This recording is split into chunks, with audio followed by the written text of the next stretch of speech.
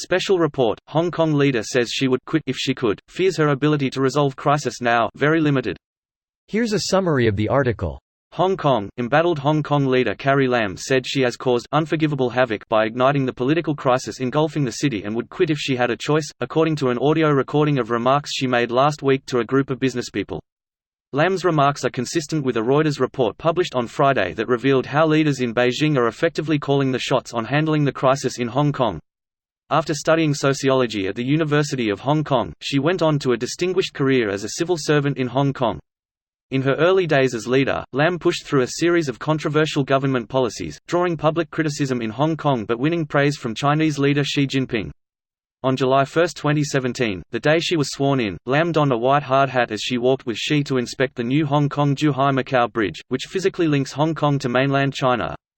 The effective expulsion last year of Financial Times editor Victor Mallet, whose visa wasn't renewed after he hosted an event at the city's Foreign Correspondents' Club with the leader of the pro-independence Hong Kong National Party, also drew condemnation at home and abroad. Lam and her government later came under fire for banning the party and the disqualification of pro-democracy lawmakers. The central government fully endorses the work of Chief Executive Lam and the Hong Kong government, she said, according to a report in the state news agency Xinhua. This post received a score of 15,135, with an upvote ratio of 97%.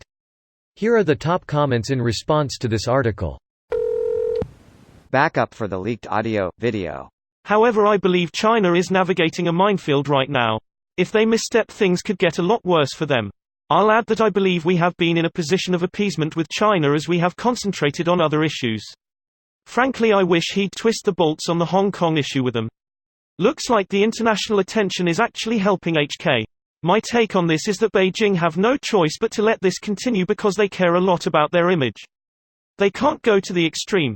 The international attention is helping because if China attempts to quash this through extermination as they did at Tiananmen Square, while the internet's eye of Sauron is focused there, they will receive international backlash on such a level that I don't think the world has ever seen before.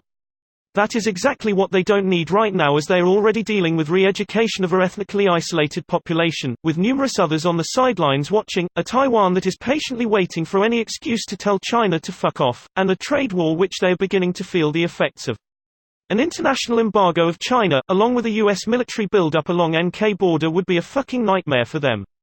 That's before considering the slew of issues that would result from an armed response to Chinese military action in HK, on the part of the HKRs.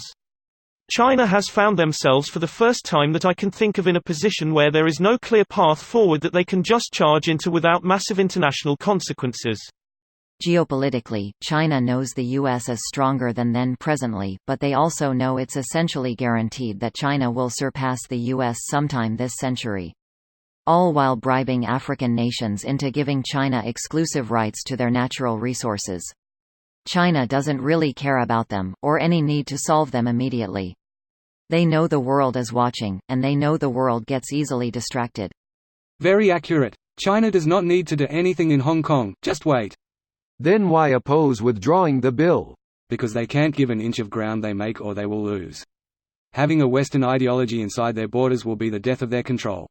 If Hong Kong proves demonstrations work, the rest of China will try to pressure concessions out of the government, too. Maybe not today or next year or even 10 years from now, but it will happen.